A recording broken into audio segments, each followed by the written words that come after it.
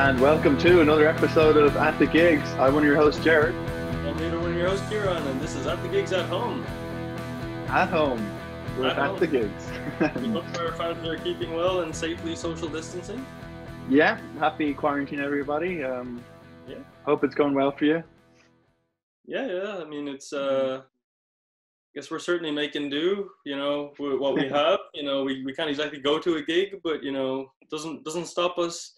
I guess though, I don't know how to explain that year of us not doing this. Well, we could go to gigs, but, somehow we felt compelled to do it when we couldn't go to gigs. So yeah, well, that's the human spirit right there.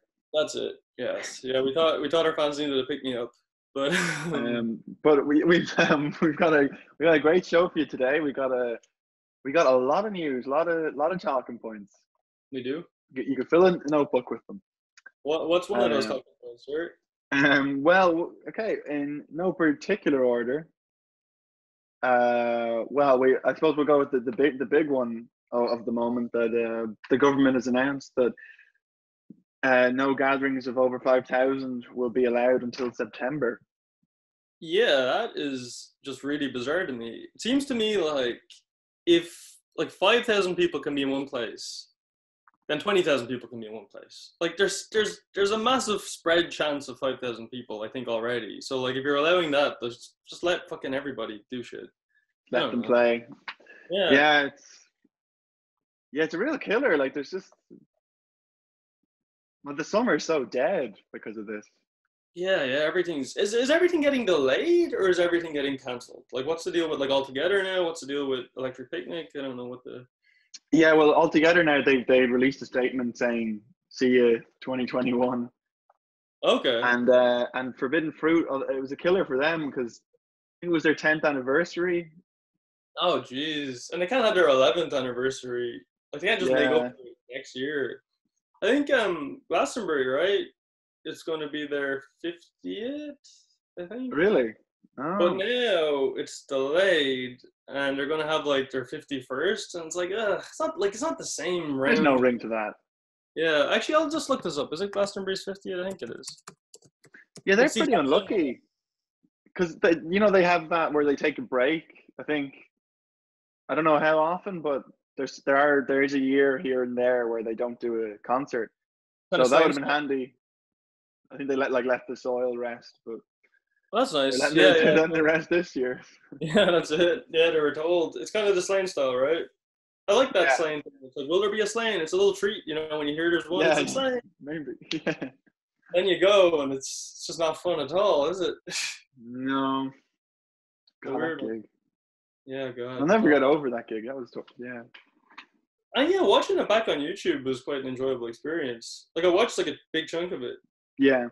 Oh yeah, it looked kind of is it acclaimed? Like I'm not in the Metallica fan circles like you are. Yeah, you don't have Metallica on your back. Yeah, it seems like it's well received, but public opinion is. I always take it with a grain of salt. Like some people are just so positive about everything. It has no value. But when I think something's good, it matters. Now, when you think something's good, it matters. Yeah, our fans should know that our opinions are opinions they can trust. And if we say the gig was miserable, you need not listen to anybody else about that. Metallica Slane fucking sucked. Yeah, that's why you have to listen at the gigs to get the real scoop, the people's choice. People's scoop. But I suppose Electric Picnic is actually another big part of a hit here is that Body and Soul actually broke away from Electric Picnic. I think this is the first year where they decided to not be a part of Electric Picnic's camp and just do Body and Soul and be Body and Soul. But they're not going ahead, and now Electric Picnic is in September, so it's pretty good to be attached to a massive festival like Electric Picnic right now, I think. Yeah. But I wonder, does September really mean anything? Like, are they timing it because, okay, Electric Picnic is the biggest one, so if the government can get some cash flow from that, let's not cancel it? but will they just cancel it by mid August? Will they say, okay, September's cancelled too? Like I don't know who. I don't know if the government are thinking about Electric Picnic, but Yeah, I mean, time wise, it doesn't mean it's going ahead itself. it totally makes sense. Like the government have to have one eye on health and then another eye on the economy. So like if Electric Picnic's so big and it's a massive money spinner for them, it would make sense to kind of try to facilitate the biggest one in any way you can, I guess, Yeah, I suppose at least not cancel it. Cancel it as late as Yeah. possible. But Who knows if it would goes you ahead. would you go if you had a ticket? Because not that of course we already have passes because we're journalists. But Of course, yeah, we got backstage passes. um, You mean for health concerns would I go? yeah, I kind of go back and forth between it's fine, and then yeah, I don't know. I think in September I would go. Yeah. Yeah, like I don't know, like I wouldn't go in June. But I think Mm, in September I think I'd be pretty comfortable going, like either some sort of herd immunity would have kicked in or something, or they'd have a vaccination or something would or maybe it just goes away. Who knows? But yeah, yeah, the no, thing, I'd like go. that's Sorry. what I worry about. Just knowing if you if you've had it and have you been sick, like if are you actually in the clear? It's so hard to know. Like Yeah, it's like without carry for life. Like you'll always have like a coronavirus tattoo on your arm. yeah, Wondering, you'll look at it. Am I clean? Am I clear? because like I wonder if like how much have you really avoided it so far, and maybe I guess the protocols are working, but like how easy it is to get infected. Like is it just our behaviors, or have people gotten it and are okay? Yeah, Um, yeah. Like I mean, yes. there's like I've been on plenty of walks and like runners with just open mouths just run past you. And you're like, well, I Yeah. can literally have it now. Like I'm doing my distancing, but like that might be it for me. Yeah, Um, like even the supermarkets kind of go once you get inside, it's very wishy-washy. Like yeah, and like the employees are just stacking shelves in the line. They don't give a shit about masks and I know, like and then you're kind of just I need to get my soup, just just just so cough at them just to make the move. yeah. But it's But like 20. yeah, Sorry. yeah, it's very uncertain. God, I really the industry, like God, the whole summer just It's dead. so right, and you know what is bizarre to me is like the 5,000 person deal. Hmm. But yeah, pubs are going to remain closed, so presumably all little gigs will remain closed. So you have to Hmm. be a very specific sized artist to pull off this 5,000. Like the little artists still getting fucked. Like the ones playing Whelan's, the ones playing Yeah, Worlds or whatever. So it's yeah, it's a weird one because like who's doing these 5,000 people gigs? That's what I want to know. yeah. I don't know what kind of audience would like who would have pulled that? Like maybe Otherkin or the Yeah, Stripes by themselves. but they Right? both retired. Yeah, pre-virus. Isn't that bizarre that their vote is gone? There's a real wave Yeah, of retirements, I think. yeah. I think that's gonna have to be one of the episodes. A kind of a huge epic dive Post- into Fight Like Apes were the first ones I remember stopping. okay, But I didn't know what they were like. But then within a few years, a lot of names just started dropping. leaving the biz. So You know what that might be? what? I believe it's one of our talking points. It's about artists and getting paid by streaming services. Ah, nice segue. Yeah. Yeah, yeah, it was just in the news. I think this week, the hot press they posted this guy's. He's a Twitter account. What is it? He actually has a very good newsletter that I'd recommend. But he was comparing all the different streaming sites and the value an artist gets per play, Yeah. and it was pretty harrowing. I think Amazon was the most reasonable, but Generous. like you have to get thousands of views to even get Yeah. an hour of minimum wage. Fucking hell. And Like like, say like artists like I don't know. Well, I guess you two aren't on it. I don't aren't on those streaming platforms, are they? I don't think like Jay-Z is either. I think he has his own one. No, well, U2 would be on everything like Spotify and Oh, well, yeah, even Tidal, which is I think Jay Z's pet project.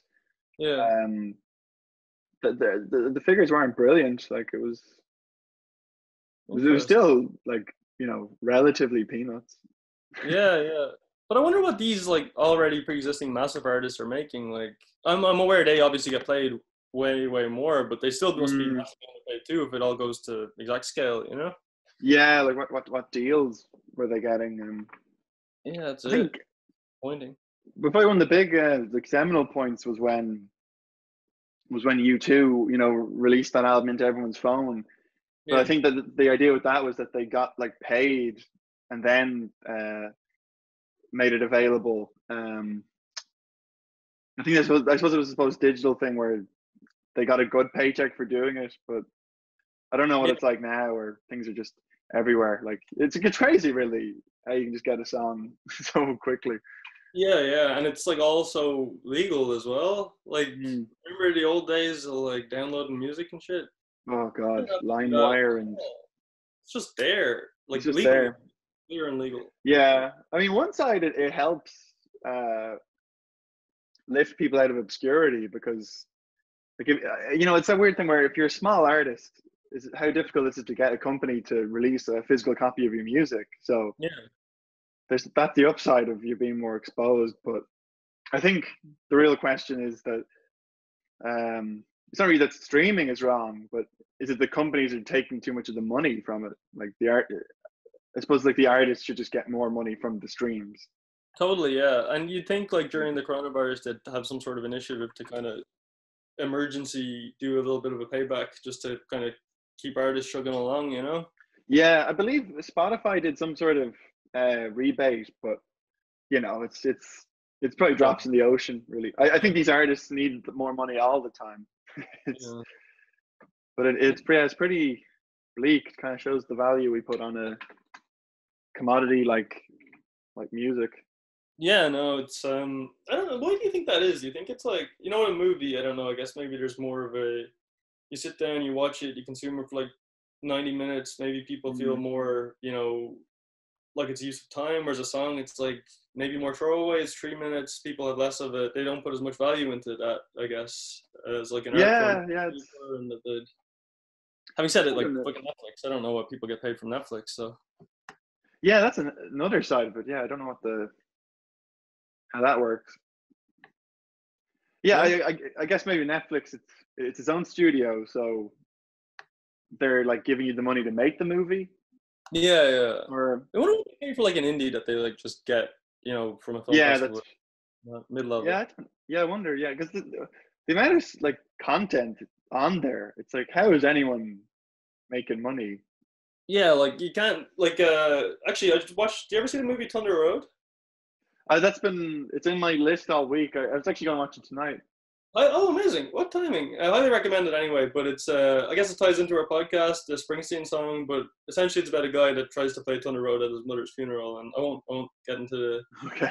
details. But like this little movie, like I just wonder, like how much did this movie possibly get from Netflix?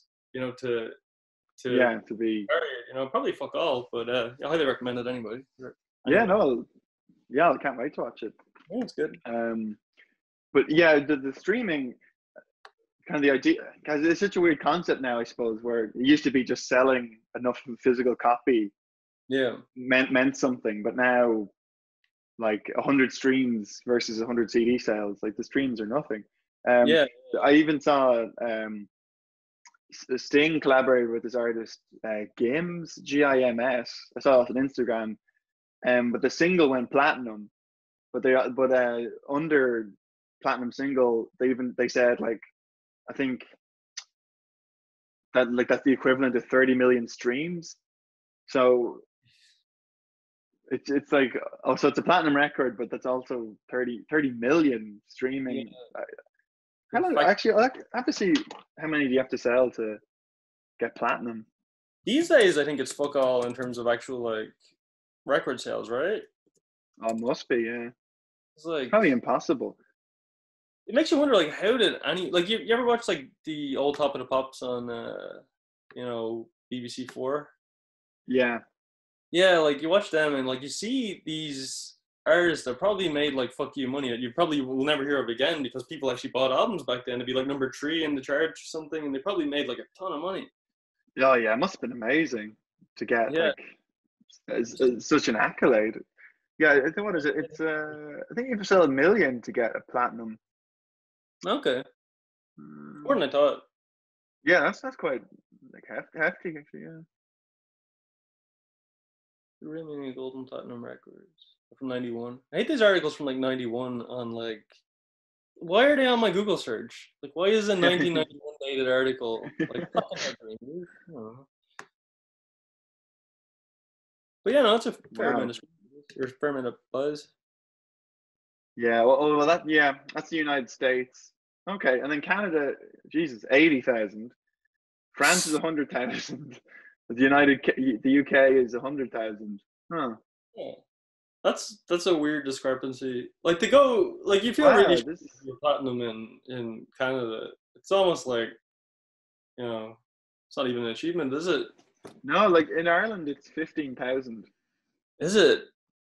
Yeah. That Now, explains population, that's fair. But must be taken into account.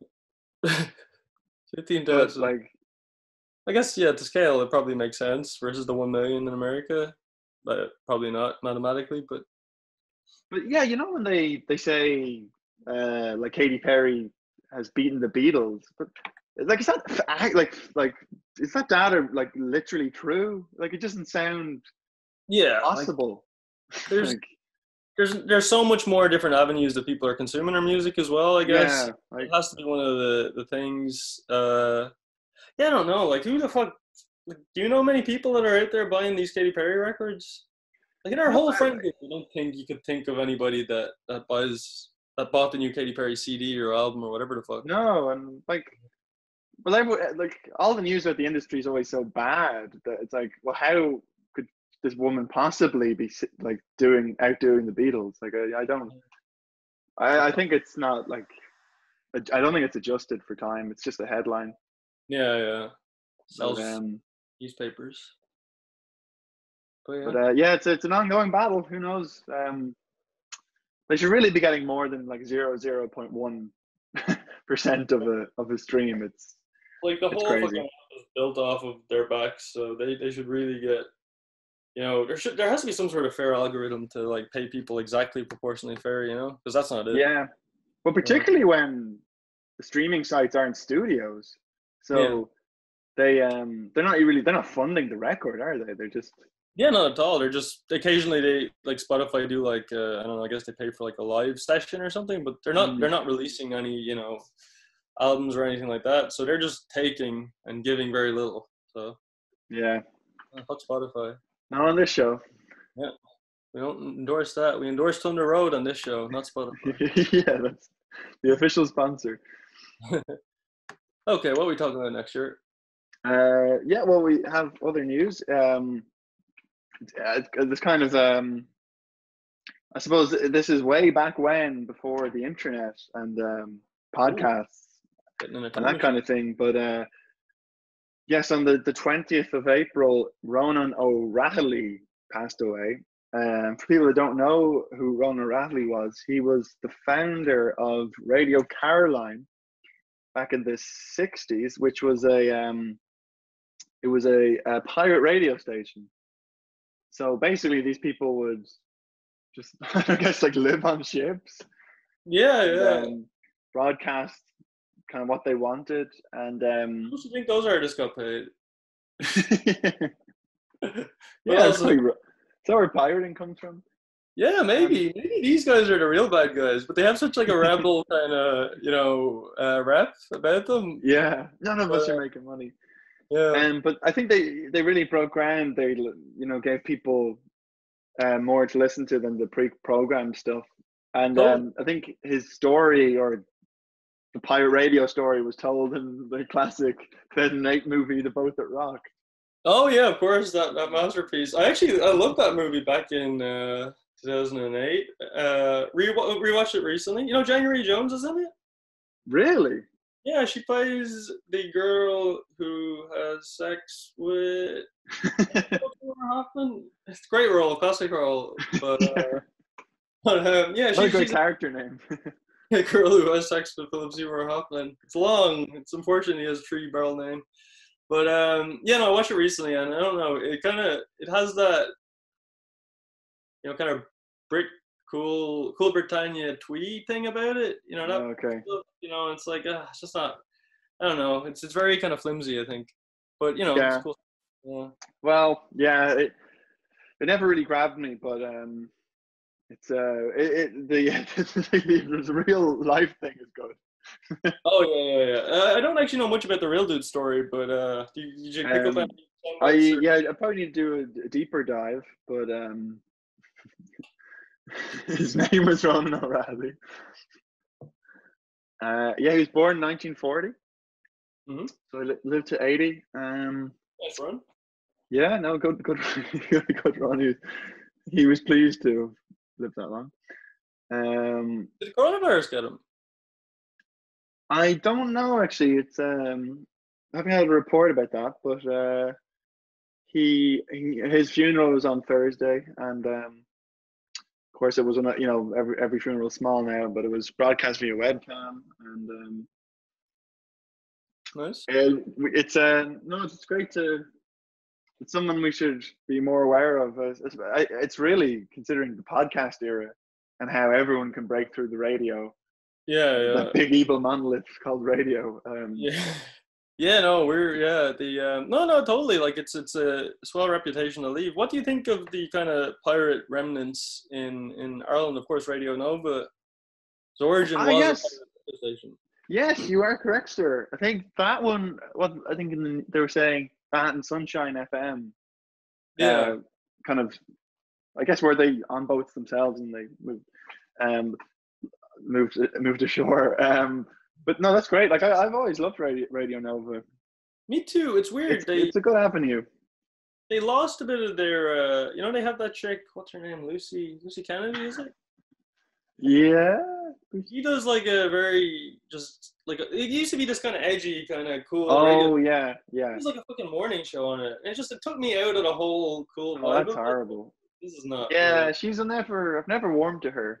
No, it's all just such like they play games and shit, and it's very much like morning television style. Like I don't know. I want to listen to that. They had a great billboard campaign. I remember seeing they'd have like a picture of a baby, and then they'd be like, we're going to name him Axel, or we're going to name him like Bonzo, John Bonham, and they had these cool little kind of subculture that they were creating. So yeah, it was a good. Well, it still is a good side. Yeah, quite an explicit ad. Remember the explicit ad? Oh yeah. On the chick's face, and like you're like, what's going on there? But she's Henry Jones, watch out. Yeah. Edgy. That is edgy, I guess. But no, it's cool that it got, legalized. And it got a rebirth. And I think it's probably the only radio station in Ireland that plays rock music like widely, right? Yeah, it's the only one I'd like. It's consistent. Like, yeah, of course it has stuff you don't really want to listen to, but yeah, you can keep it on and it's not irritating. Because yeah, when you're listening to I don't know, Q102 or 2FM, and it's just the same stuff you don't want to listen to. There's that period of time where you keep putting it on stubbornly, hoping it plays music you want, but then you realize it won't, and then thank God something like Nova, suits your tastes. Yeah, that's it. So you can I also like it. And you gotta go with the flow with it. Even when Nova doesn't play something you like, it's nice to just ride the wave, ease in, and be like, a good song might be next. Yeah, exactly. Yeah. Radio, no choice. I like the no choice vibe. And if there's any vacancies, there's two young guys here. We're young. We don't expect in this gig economy, we don't expect pensions or rights or anything, so we won't be causing no trouble. Yeah, we just need your airwaves. That's what we need. The message out there. And speaking of radios, there's also one I've been listening to from KCRW, which is an American. I love the American ones when they have like the letters Yeah, for the yeah. It's always shows. I don't know. can't not read it in an American accent, like a very Yeah, smooth. Yeah, but this one is by Henry Rollins. He was of Black Flag fame and Sons of Anarchy yeah. fame. He does his own show anyway, but because of the times we're living in, he's in a special one, Cool Quarantine, and Hmm. it's like a 4-hour deep dive. So that's good. I've listened to that. It kind of got me thinking about. Well, he's from the punk era, so Yeah. he's very eclectic, but he likes punk, and he's just playing some stuff from all these bands, like what would they call this, the Stains, and some Black Flag and whatnot. But Nice. that era, I don't know. If Yeah. I was in a coma for punk, that would have been. The I mean, I wasn't hardcore. even born, but I guess it's Yeah, yeah. better than a coma. Yeah, you were It's not pretty, a movement I really miss. Like, I actually like new wave more. me too. Yeah, I think what around the kind of time of Talking Heads coming up in New York. Yeah, Something and like that. yeah, But the that punk side. And hardcore movement's kind of cool. I watched. Do you ever about G.G. Allen? no, Oh my God. Yeah, this guy was he was like a staple of the hardcore scene in New York, and he would have been around the same time as Black Flag and everything. But yeah, God, Todd Phillips directed the movie on him actually. Todd Phillips had a real punk kind of credentials before he just did all the commercial comedies and stuff. before he was hungover all the time. Yeah, pretty much. Yeah, but yeah. Anyway, this guy was just like his shows would just include him shitting on stage, throwing piss Yeah. at fans, and like just cutting himself and bleeding and like kind of horrible. But like, yeah, I don't know that kind of vibe. But this Black Flag always seemed like a very kind of I liked the vibe of their shows. Look rowdy enough without that horrible shit. Yeah. Yeah, but yeah, Black Flag was cool. But yeah, I think the thing that really annoys me is that they talk about, oh, like you just saw these guys just play. It was so, and then you didn't have to be a virtuoso, you could just play. But Yeah, every generation says that, like, oh, when the Beatles were on Ed Sullivan, it was so inspirational. Like, yeah, yeah. and I can listen to Van Halen and not be as good as Eddie Van Halen and still think it's inspiring. Like, this whole kind of dumbing down thing is so silly. Like, just Yeah, yeah, like you have to say that you're saying that they just played without any kind of elegance yeah, or it was so simple. It was yeah, yeah. inspiring. Like I can we think if not you're just appreciate impressive feats? Yeah, I think if you're young, you're uh, easily influenced. So it just depends what you're seeing. If it was the Beatles, you're influenced. If it was Elvis, you're influenced. If it was jazz, you'd be influenced. Like Yeah, yeah. it's not because they were talentless that Yeah, yeah. I was inspired. I think people want to think that because it makes it seem easier, I guess. Yeah, I suppose. Maybe they just have to look in a mirror and be like, shit, I have no talent. They had talent. Game over. Yeah. But yeah, I don't know why people have that kind of indication. I'd actually like to listen to Henry Rollins' radio show though. What network did you say it was? KCRW. ACRW. Yeah, I If find you it. sorry, if well, I can link it in the episode link. Oh, yeah, that's good. Or I wherever. don't know how do you say that lingo. I can put the link. I can embed the link in the episode. Yeah, it'll be somewhere. It'll be on Yeah. the official website of that network, whatever it's called. You can retweet us if you want to explain how that works. Yeah, totally. But I always found him an engaging speaker, though, Henry Rollins. I watched a bunch of his one-man shows, which is funny because they're not comedy, which makes it, when it's funny, extra funny because you're not expecting to laugh, which is kind of cool. But yeah, like, no, I'm a big fan of it. I like his energy. I don't really yeah, listen to his music, but I like his state of mind. yeah, the man's more interesting, I guess, than the music because yeah, I guess it is kind of simple. Or are we just untalented? I don't know. I don't know. I think from what I've heard, Black Flag are amazing. The movement in general, I don't know. It just doesn't hit me the way Led Zeppelin does. Or that makes sense to me as well. Yeah, like it's far more melodic and I guess better music by my estimation too. Oh shit. Yeah. I guess we'll keep it in the sphere of the Western Hemisphere of America. Taylor Swift, pretty big news here. Let's see what we got on Taylor. What's her nickname? Does she have a nickname? Tay Tay? Tay Tay? Is that Tay it? Tay? Taylor Swift. Yeah, so we got our. So, yes, Taylor Swift, live album released by former label despite her disapproval.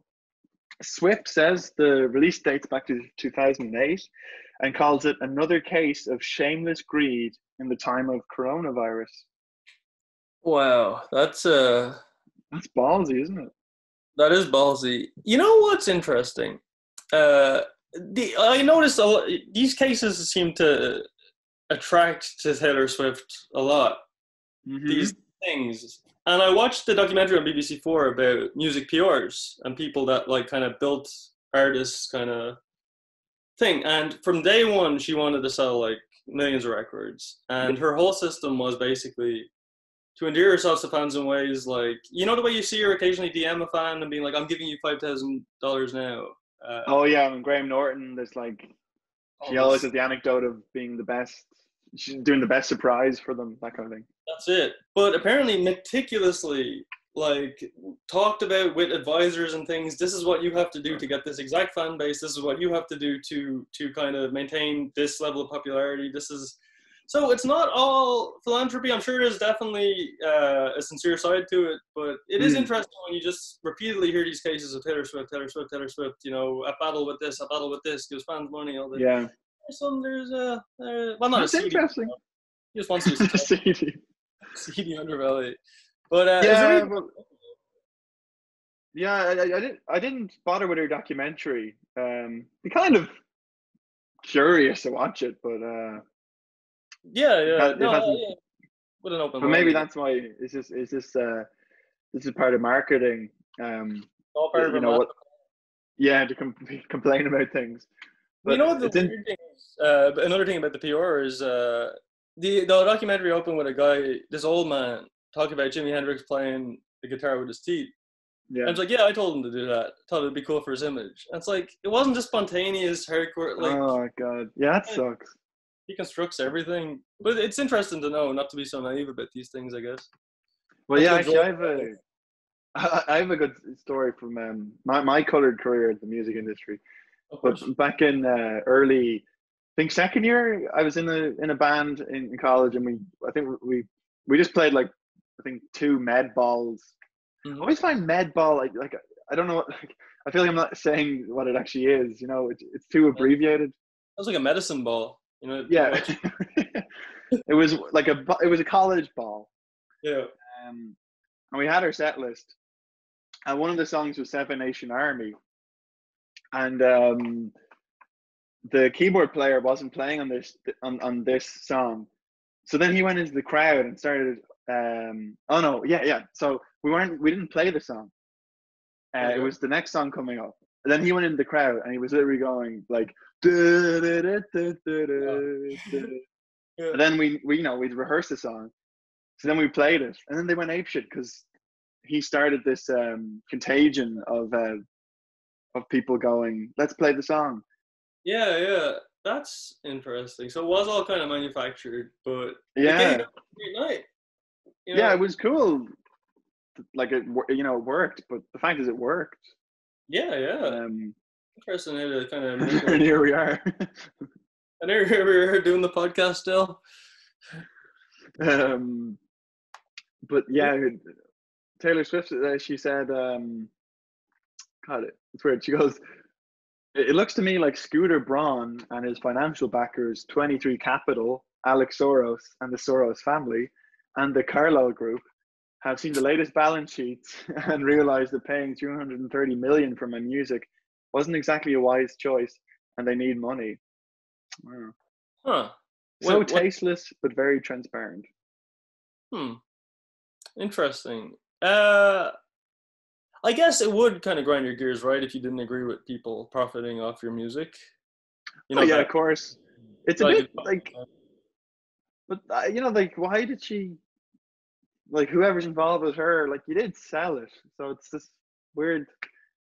Yeah, like sometimes you just have to draw the line at the legality of it all, and are they entitled to do it? Then they're entitled to do it. You cannot like it all you want, but there's not much you can do. And also, the article uh, almost promotes the release by her not approving of it. I think they even have the songs under, so it's like, who wanted this article written? It's like a really interesting blurb for a CD. Yeah, it's like Oh, the back. people that it's almost like the people that released it are benefiting Yeah, from yeah. her, you know. But it's a It's a weird there's one. more to read into it. But yeah, Yeah, I yeah, guess no. I admire if she seems like she's someone that cares about artist rights. But I don't know, it's Quite the probably pair. not a simple thing. Yeah, yeah. Most things aren't. And some good news closer to home, literally in Ireland, in Dublin. Music Maker, one of the famous music shop Hmm. in Dublin. Plug. They sent 200 ukuleles to cocooners all around Ireland Very as part sweet. of the Where's My Mind initiative.